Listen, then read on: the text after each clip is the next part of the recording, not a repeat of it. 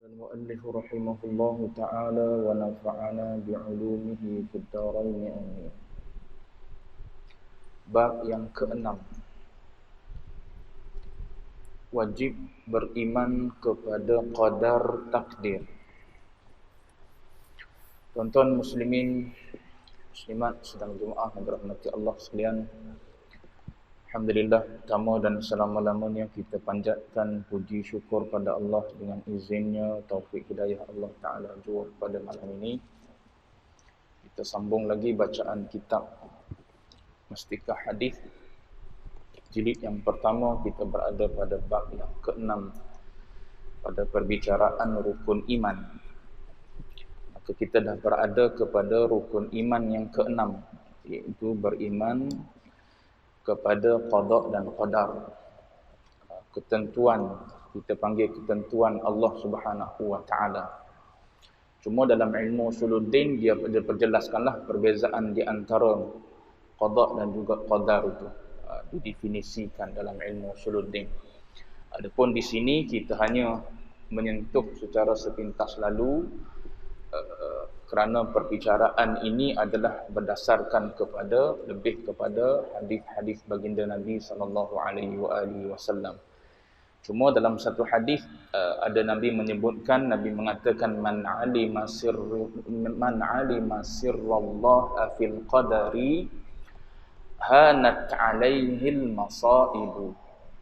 Nabi mengatakan sesiapa yang tahu rahsia Allah Ta'ala pada qadar, maka hanat alaihil masaib, nescaya akan ringanlah bagi diri seseorang itu akan musibah yang menimpanya.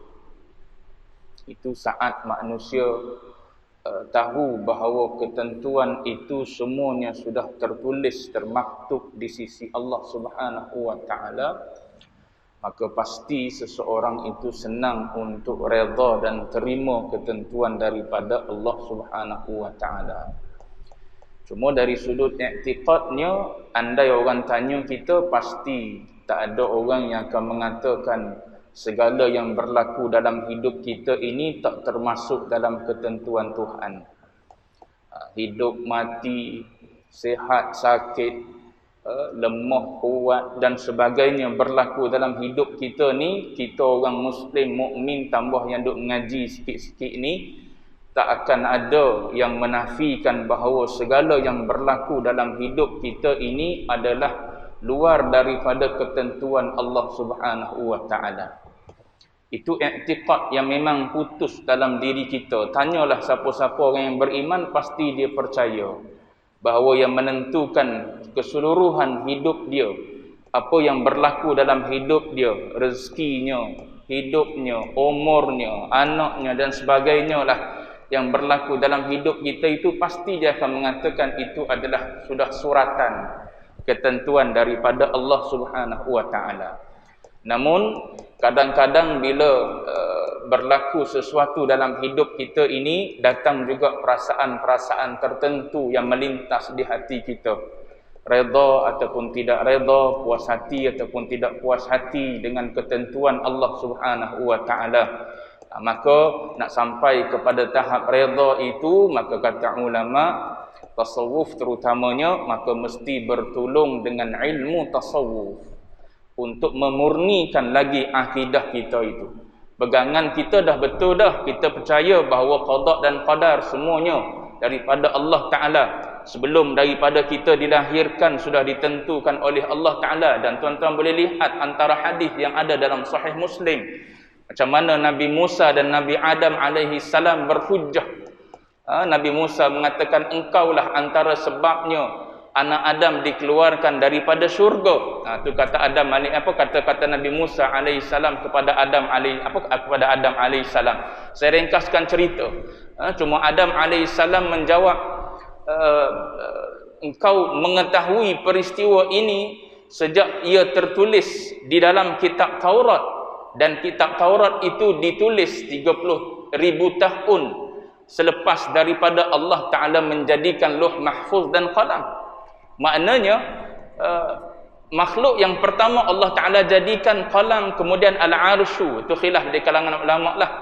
Cuma selepas daripada itu sudah termaktub segala-galanya sebelum aku diciptakan oleh Allah Ta'ala. Maka engkau nak mengatakan aku bersalah kerana aku sendiri yang melakukannya, maknanya independen daripada Allah Ta'ala. Maka itu di antara yang Nabi sebut, kisah dialog hujah berhujah di antara Nabi Adam alaihissalam. Jadi saya nak sebutnya ialah i'tiqad kita orang Muslim mukmin pasti jazam putus dalam hati kita bahawa sebelum kita dilahirkan ke muka dunia ini lagi, semuanya sudah ditentukan, disuratkan oleh Allah Subhanahu wa Ta'ala.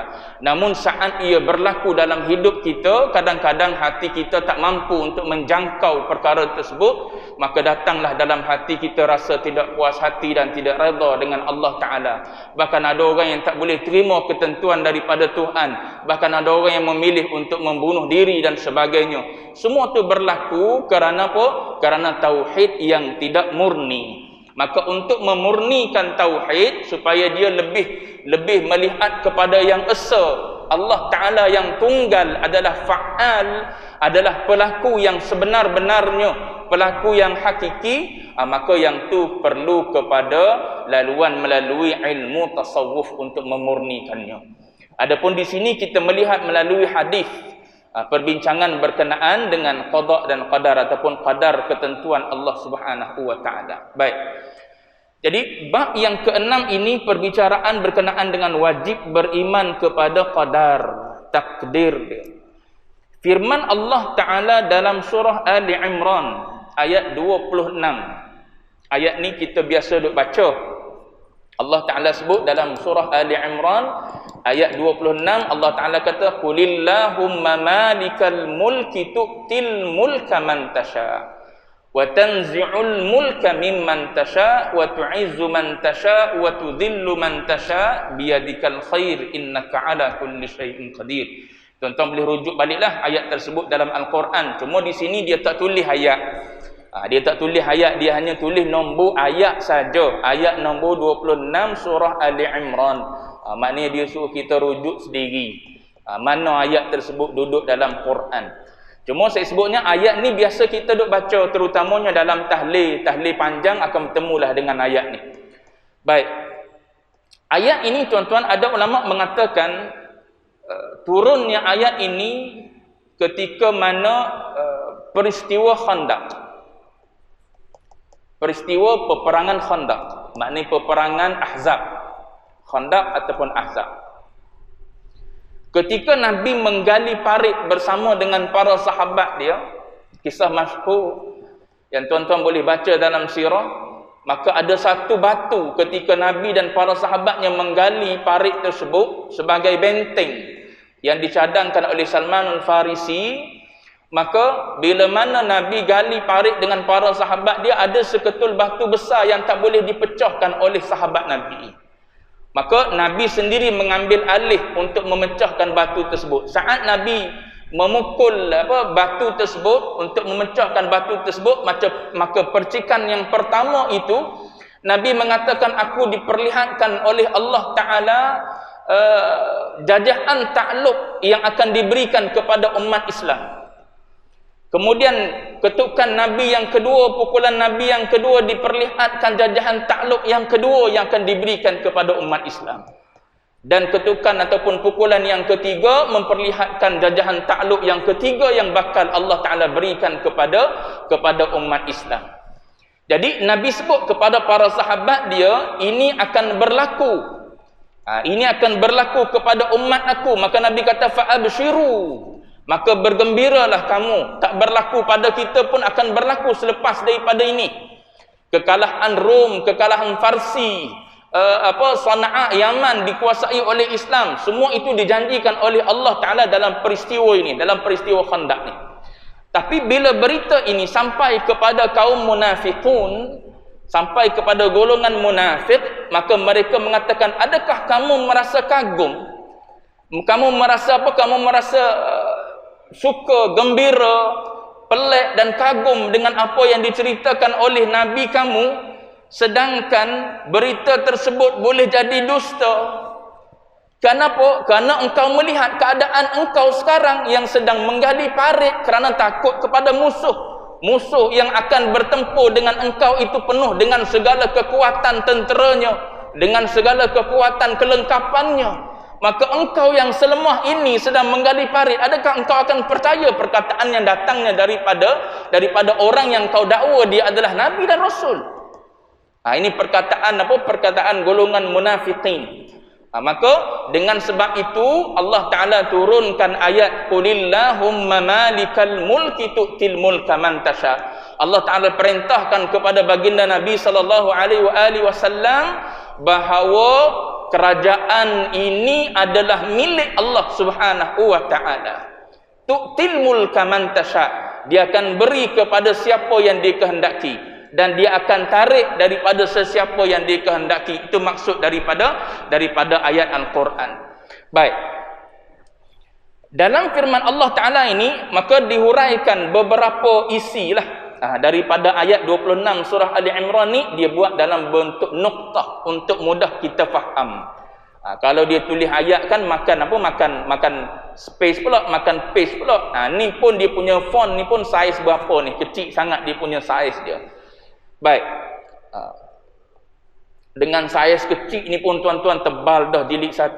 Entah tahun bila kita mula baca kitab Mastikah Hadis ni pun saya tak ingat dah. Rasanya awal-awal saya masuk KL kot tuan-tuan. Saya masuk KL ni tahun 2005 tuan-tuan. Bayangkan sekarang ni jilid 1 pun tak habis lagi. Ada 2 jilid lagi tuan-tuan Mastikah Hadis ni. Tak sempat dah dengan umur saya kot tuan-tuan. Dah tua dah ni. Baik. Jadi yang pertamanya tuan-tuan, dia ambil pengajaran daripada ayat Quran Qulillahumma malikal mulki tu'til mulka man tasha. Satunya dia kata yang memiliki dan menguasai segala jenis kuasa pemerintahan. Itu dia hurai kepada ayat Allah ni malikal mulk. Dia memiliki segala kerajaan. Bahasa Arab kalimah mim lam kaf ni ada dibaca dengan milk, ada dibaca dengan mulk. Milk boleh baca, mulk pun boleh baca. Mim dengan kasrah boleh, dengan baris bawah, mim dengan dhammah baris atas pun boleh. Dua-dua tu menunjukkan makna yang berbeza. Syekh Syarawi dalam tafsir dia menyebutkan bila kita guna kalimah milk ni ialah untuk menunjukkan pemilikan orang yang macam kita. Maknanya kalau kita ni adalah milik kan, pemilikan apa, kita ada milik harta lah, kita ada rumah, kita ada kereta, kita ada anak, kita ada duit, kita ada pangkat, kita ada kedudukan dan sebagainya. Yang tu dipanggil milk, milkiyah. Kita ada memiliki. Tu pun dari sudut pemilikan, dia adalah majaz saja, bukannya hakiki. Dia adalah majaz, dia adalah kiasan saja. Pemilikan itu adalah pemilikan yang berbentuk kiasan, bukan berbentuk hakiki. Allah Ta'ala sendiri pun guna dalam Quran untuk apa? Untuk seolah-olah untuk memberikan kita rasalah, seolah-olah macam kita milik sendiri. Khudh min amwalihim sadaqatan, antara ayat Quran sebutkan dalam bab zakat. Khudh min amwalihim sadaqatan, ambillah daripada harta mereka. Tengok Allah Ta'ala sandar. Harta tu pada mereka. Betul kepada hakikatnya harta tu adalah daripada usaha mereka secara bebas daripada Allah. Milik mereka kepada harta tersebut tanpa perlu bantuan ataupun kehendak daripada Allah Ta'ala. Betul ke? Tak betul. I'tiqad kita tak mengajar begitu pun. Kita perlukan kepada kudrat dan iradat daripada Allah. Kita tak ada kudrat dengan sendiri tanpa kudrat yang Allah Ta'ala berikan. Kita tak ada iradat sendiri kalau Allah Ta'ala tak kurniakan iradat kepada kita. Maka kudrat dan iradat kita itu adalah majazi, bukannya hakiki. Itu yang kita mengaji. Cuma Allah Ta'ala ni kadang-kadang dia sandarkan jugalah apa yang kita milik tu pada diri kita, nak menunjukkan seolah-olah macam kita pemilik hakiki. Padahalnya tidak. Kalau milik hakiki tak payahlah tunggu dia perintah untuk keluar, tak perlu ikut pun tak apa. Sebab apa? Kita yang milik hakiki. Kita sendiri yang boleh berusaha dengan kudrat kita tanpa bergantung pada kudrat Allah. kita sendiri yang ada iradah, ada kebijaksanaan sendiri, maka kitalah yang berusaha, kitalah yang dapat, kitalah yang kumpul selama bertahun-tahun kita kumpul. Tiba-tiba mari kuasa yang lain suruh kita keluarkan zakat. Tak patutlah begitu. Itu menunjukkan bahawa kita ni bukan empunya hakiki kepada benda yang kita milik. Sebab tu kita tak boleh tasarruf dengan kamil setiap apa yang kita ada. Kita nak anak kita kekal hidup sampailah kita mati dulu. Tak boleh. Allah Ta'ala tak nak begitu kadang-kadang. Allah Ta'ala kadang-kadang nak anak kita pergi dulu. Kita yang dah tua ni, duk sakit ni tak mati-mati, yang matinya anak kita dulu. Kenapa lah ambil anak aku dulu? Kenapa tak ambil aku dulu? Sedangkan dia masih muda, dia masih apa? Dia masih perlu untuk hidup, belajar itu ini dan sebagainya. Tapi dia pergi dulu daripada kita. Sebab pemilikan kita itu bukan pemilikan hakiki. Yang tu kita terima dan kita percaya.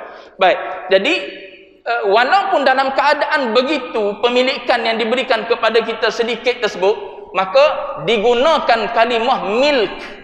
Kita adalah malik, kita adalah pemilik kepada sesuatu yang sedikit itu yang kita diberi oleh Allah Subhanahu wa taala.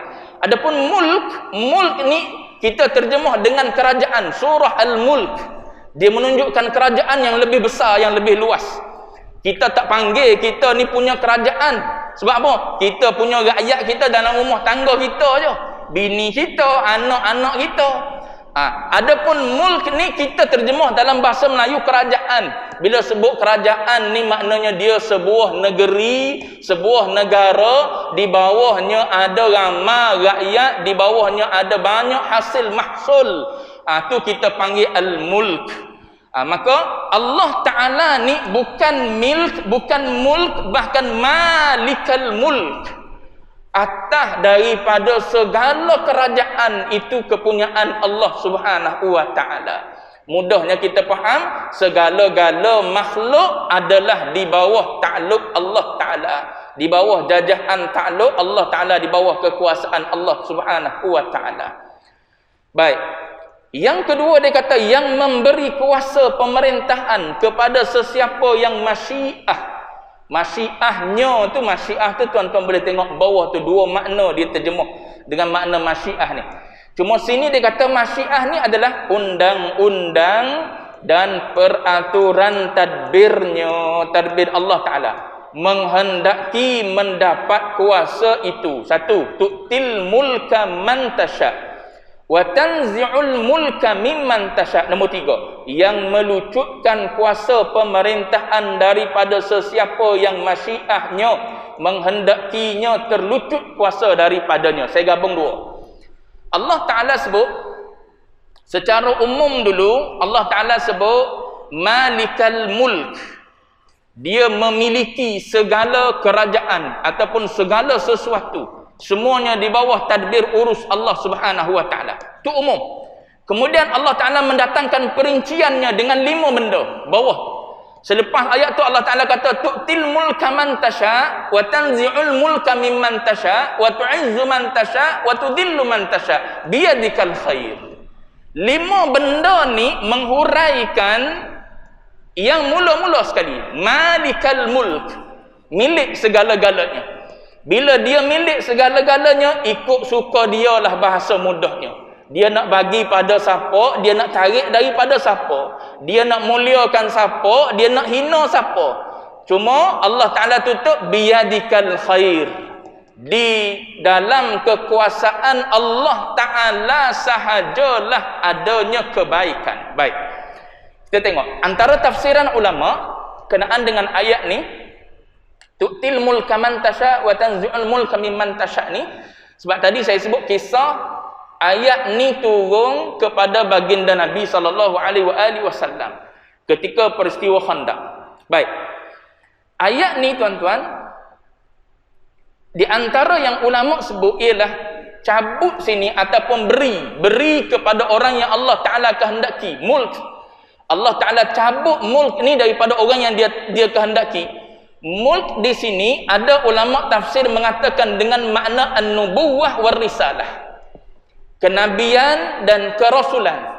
Maknanya Allah Ta'ala ikut suka dia lah. Mudah bahasa gitu. ikut suka dia lah. Dia nak bagi Nabi dan Rasul ni jadi daripada siapa? Sebab apa? Sebab orang Yahudi dia claim yang layak jadi Nabi dan Rasul ni Bani Israel je. Tak boleh daripada kalangan orang lain. Mesti daripada Bani Israel. Sebab bagi dia ramai sangat Nabi dan Rasul yang lahir daripada keturunan mereka.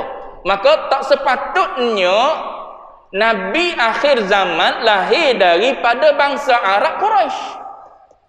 Lalu Allah Ta'ala kata, ikut akulah, aku punya kuasa. Semua tu dalam ketentuan aku. Aku nak lahirkan Nabi akhir zaman ni daripada Bani Israel pun boleh. Aku nak lahirkan Nabi akhir zaman ni bukan daripada Bani Israel pun boleh.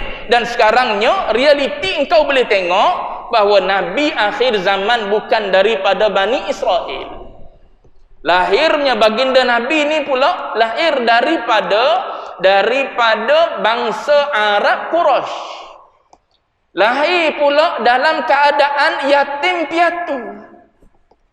Tu Allah Ta'ala nak, bila mana dia nak, maka tak ada siapa yang boleh menentukan, boleh menghalang kehendak Allah Subhanahu wa Ta'ala. Tu di antara satu yang ditafsirkan oleh ulama. Yang kedua, ada ulama mengatakan bahawa sini ni mulk dengan mana al-mulku fil uruf. Kerajaan pada uruf. Maknanya kita tahulah. Kerajaan pada uruf ni maknanya kerajaan yang kita tahu dalam adat kebiasaan kita. Maknanya kerajaan yang memerintah negara, kerajaan yang memerintah negeri. Sekarang ni lagilah kita boleh nampak bagaimana pincangnya sistem politik yang ada dalam negara kita ini. Kita boleh lihat sekejap orang ni naik, sekejap orang ni turun. Kemudian orang tu kadang-kadang naik pula, lepas tu turun pula dan sebagainya lah. Tu tuan-tuan boleh tengok sendirilah, saya tak cerita politik. Cuma bercakap tentang kerajaan ni depan mata kita boleh tengok saksi. Tiba-tiba orang ni naik mentadbir tak sampai 2 tahun, tak sampai 3 tahun, tak sempat pilihan raya besar, naik orang lain pula. Molek duduk, ada orang buat undi tak percaya di parlimen, jatuh pula. Kena buat pilihan raya pula dan sebagainya. Tu siapa yang menurun dan menaikkan? Zahirnya kita tengok perancangan lah yang dibuat oleh manusia-manusia ni. Sama ada perancangan konspirasi jahat kau tak jahat, kau di belakang, kau di bawah tanah kau. Itu zahir yang kita lihat lah. Pada hakikatnya i'tiqad mengajar kita Allah yang menentukan naik dan jatuh seseorang tersebut, kerajaan tersebut. Yang menentukan jatuh dan bangunnya sesebuah kerajaan pada uruf itu adalah Allah Subhanahu wa Ta'ala. Maknanya hati kita kena duduk situ. Walaupun zahir kita lihat macam-macam lah perkataan analisis yang dibuat oleh ahli politik dan sebagainya, oleh penganalisis politik dan sebagainya. Macam-macam yang kita duk baca dalam media massa. Cuma dalam i'tiqad kita mesti kena ada pada hakikatnya yang menentukan naik, turun, jatuh, bangun sesebuah kerajaan itu sebenarnya sudah tersurat di dalam takdir ketentuan Allah Subhanahu wa Ta'ala. Bila kita duduk situ, dia tak akan terlampau lah, dia tak akan terlebih daripada batas yang dibenarkan oleh agama. Baik, ada juga ulama mengatakan milik di sini, milik pada uruf ataupun kerajaan pada uruf ini adalah dari sudut pemilikan ilmu.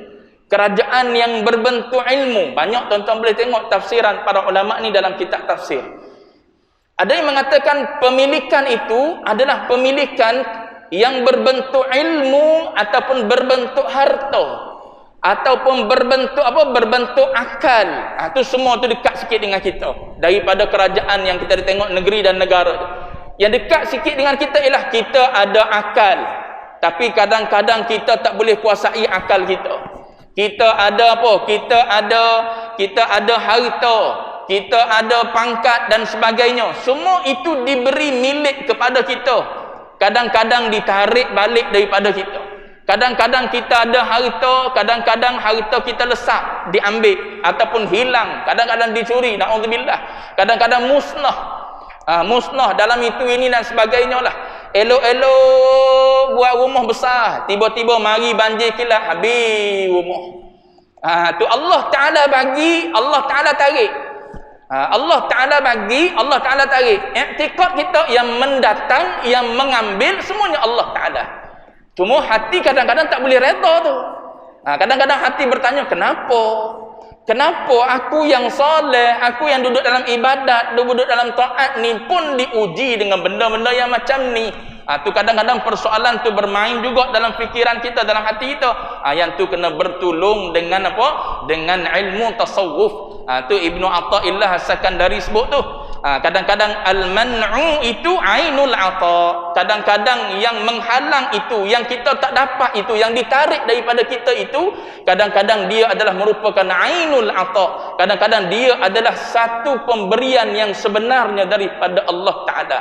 Hilang sesuatu daripada kita yang berbentuk material, kadang-kadang Allah Ta'ala gantikan dengan perasaan syukur dalam hati kita. Allah Ta'ala gantikan dengan perasaan sabar dalam hati kita. Itu jauh lebih baik daripada kita hilang material. Kerana nilaian syukur dan sabar yang Allah Ta'ala bubuh dalam hati kita, saat kita berhadapan dengan hilangnya material daripada kita, yang sabar dan syukur pemberian Allah Ta'ala itu jauh lebih bernilai di sisi Allah Ta'ala berbanding dengan material yang hilang daripada kita. Tapi bila kita tak tersilau di hati, tak ternampak di hati, maka kita tak nampak yang Allah Ta'ala sedang memberi pada kita.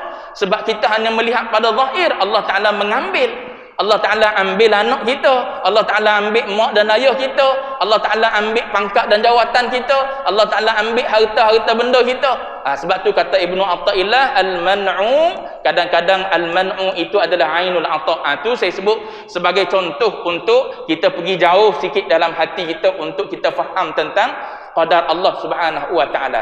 Baik. Jadi ada juga ulama yang mengatakan bahawa mulk dengan apa? Dengan makna ilmu yang ada pada kita. Ada orang mungkin dulu berilmu, sekarang ni dia jadi nyanyuk. Tak boleh. Dulu molek-molek berilmu, boleh mengajar, rata-rata mengajar. Tapi bila dah masuk usia tua, kadang-kadang tak sempat usia tua pun dah jadi lupa. Banyak lupa. Dulu menghafal, hafal apa? Hafal Quran, hafal hadis. Sekarang seolah-olah macam tak ingat Quran, tak ingat hadis. Dia mari lupa, dia mari nyanyuk lagi lah, balik pada apa? Balik pada perangai budak-budak. Balik pada perangai budak-budak semula. Tu semua tu adalah daripada Allah Ta'ala yang menentukan. Dia yang memberi ilmu, dia yang tarik balik ilmu daripada seseorang itu. Begitulah juga tuan-tuan dengan contoh-contoh lain, kesihatan dan sebagainya tu, itu termasuklah dalam al-mulk di antara huraian ulama. Baik. Yang keempat yang memberi kemuliaan kepada sesiapa yang masyiahnya.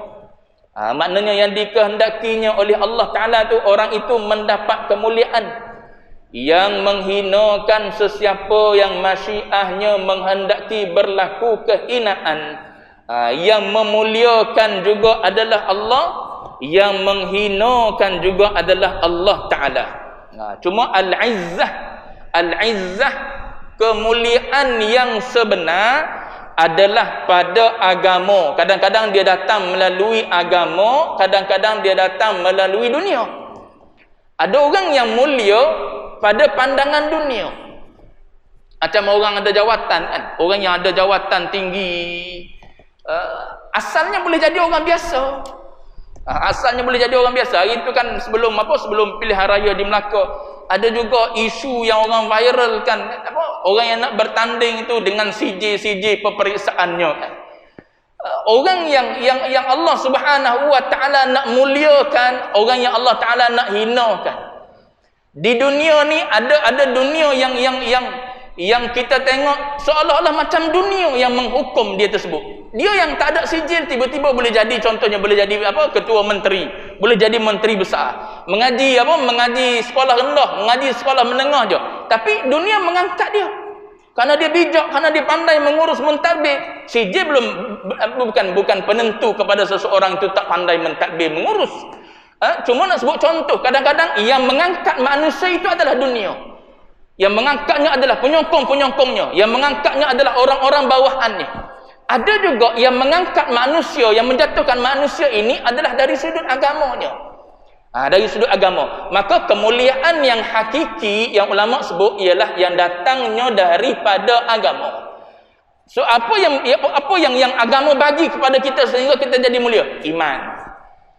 So ulama kata iman itulah yang akan memuliakan seseorang itu. Maknanya andai Allah Ta'ala kurniakan kepada seseorang itu iman, maka itu tanda Allah Ta'ala memuliakan orang tersebut. Maknanya bila mana Allah Ta'ala kurniakan kepada kita iman, kita lahir dalam keluarga yang telah beriman, yang telah muslim, maka keimanan dan keislaman yang ada pada kita, yang kita warisi daripada mak ayah kita, itu di antara tanda kemuliaan yang Allah Ta'ala kurniakan kepada kita. Maka itu kemuliaan yang hakiki, yang sepatutnya kita pelihara dan kita jaga. Cuma dari sudut i'tiqadnya, bolehkah Allah Ta'ala nak cabut iman daripada kita? Boleh. Sebab tu kita selalu diajar oleh baginda Nabi supaya memperbanyakkan doa, ya muqallibal qulub tsabbit qalbi ala dinik. Wahai Allah Ta'ala yang membolak balikkan hati. Hati ni dinamakan hati, la yusammal qalbu illa yataqallab. Tu sifat dia. Tak dinamakan hati itu hati kalau dia tidak bersifat berbolak balik. Sebab tu kita kadang-kadang datang rasa rajin, kadang-kadang datang rasa malas, kadang-kadang datang rasa jemu dan sebagainya. Sebab hati ni sifat dia begitu dah. Nama dia pun hati. Sebab tu Nabi minta supaya kita perbanyakkan doa supaya hati kita ni sabat. Hati kita ni tetap. Maka orang yang tetap hati yang diperkenankan oleh Allah Ta'ala supaya hatinya tetap di atas iman, maka insya Allah meninggalnya juga di atas iman. Bila orang tahu bahawa yang menetapkan iman itu adalah Allah, dia yang memberi, dia boleh tarik, maka pasti akan ada dalam hati manusia yang beriman akan rasa risau. Risau, takut-takut tercabut iman. Risau, takut-takut tercabut takwa daripada kita. Sebab apa? Sebab yang memberinya Allah, yang menariknya juga adalah Allah. Dan dia juga menjadikan kepada kita perkara yang tidak menjadi ruang kepada kita untuk kita mencaci, memaki orang-orang yang belum muslim. Sebab kita tahu iman dan Islam yang ada pada kita adalah anugerah daripada Allah. Adapun orang yang belum mendapat taufik dan hidayah daripada Allah Ta'ala, maka itu belum ditaufikkan oleh Allah. Maka kerja kita adalah mendoakan. Kerja kita adalah mengajak dan berdakwah kepada mereka supaya apa? Supaya mereka dibukakan hati oleh Allah Subhanahu Wa Ta'ala untuk menerima iman daripada Allah Subhanahu Wa Ta'ala. Baik, sikit lagi saya sambung selepas azan isya. Baik, last sekali poin yang terakhir yang ke-6. Ini sebagai muqaddimah. Jadi tuan-tuan, muqaddimah kepada bab yang ke-6. Wajib beriman kepada qada, wajib beriman kepada qadar takdir. Dia datangkan dulu ayat-ayat Quran sebelum dia masuk kepada hadis, dan juga selepas tu dia akan hurailah apa makna qadar, apa makna qada. Dia akan sebut di depan nanti. Baik.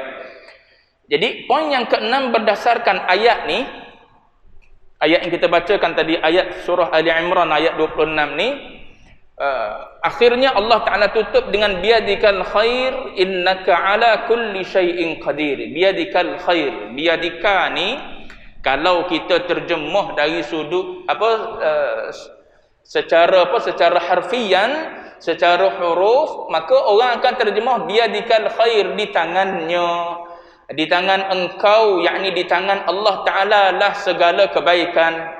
Maka tak layaklah kita meletakkan kalimah tangan itu pada Allah Subhanahu Wa Ta'ala. Jadi dalam kitab tafsir pun dia kata yadun itu dengan makna al-qudrah.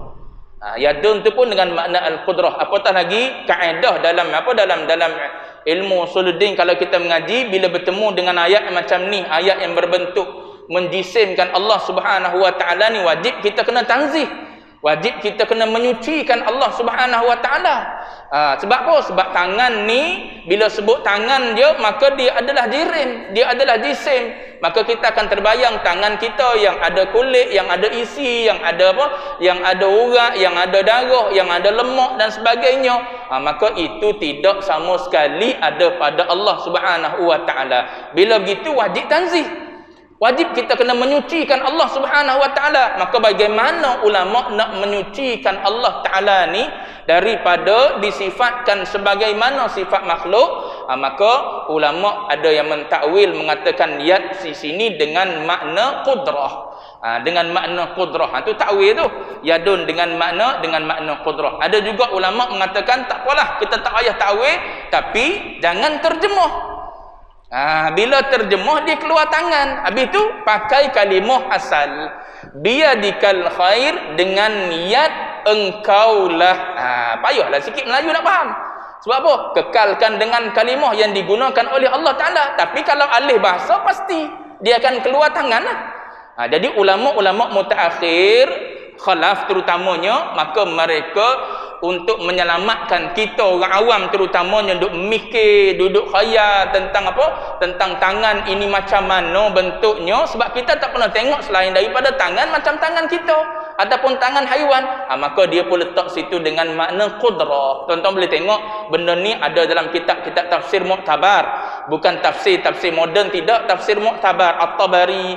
Kalau tak silap saya, Fakhrul Razi ada sebut berkenaan dengan apa? Biyadikal khair sini maknanya biqudratik, dengan kekuasaan engkaulah segala kebaikan itu. Itu nisbah pada Allah Subhanahu wa taala secara ta'adduban, secara beradab dengan Allah Subhanahu wa taala. Kita nisbahkan segala kebaikan itu kepada Allah Subhanahu wa taala. Pada hakikatnya al khairu wasyarru, baik dan buruk itu semuanya bimasyiatillah, semuanya adalah dengan kehendak Allah Subhanahu wa taala. Tapi dari sudut dari sudut beradabnya kita dengan Allah, sebagaimana beradabnya para anbiya dengan Allah Subhanahu wa taala, mereka tak menyandarkan kekurangan, kesalahan yang mereka buat. Tuan-tuan boleh tengok dalam kisah Nabi Khidir alaihi salam, saat dia menceritakan apa yang dia lakukan kepada Nabi Musa alaihi salam. Segala keburukan yang dia buat itu pada zahirnya nampak buruk lah. Dia tebuk kapal, kemudian dia bunuh budak tersebut. Semua tu zahirnya nampak menyalahi syariat. Maka dia kata, saat dia bercerita kepada Nabi Musa, dia sandarkan perbuatan tersebut pada diri dia. Tapi bila mana dia membangunkan rumah yang di bawahnya ada harta untuk anak-anak yatim, maka dia kata ini Allah Ta'ala yang memerintahkan ataupun mengilhamkan kepada aku untuk membangunkan rumah tersebut. Itu dipanggil ta'adduban ma'allah, cara kita beradab dengan Allah Subhanahu wa taala.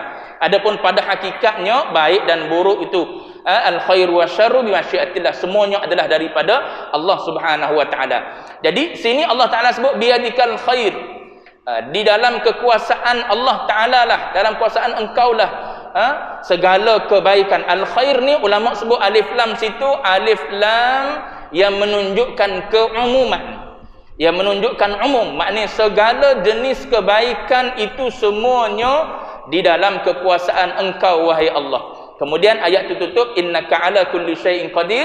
Yang keenam tu, yang amat berkuasa melakukan segala perkara yang dikehendaki oleh Allah Subhanahu wa taala. Baik. Habis itu akan datang insya-Allah dia masuk pada ayat lain pula, masih dalam muqaddimah wajib beriman kepada qadar takdir, iaitu ayat 51 daripada surah At-Taubah. Wallahu a'lamu ilmuhul atam.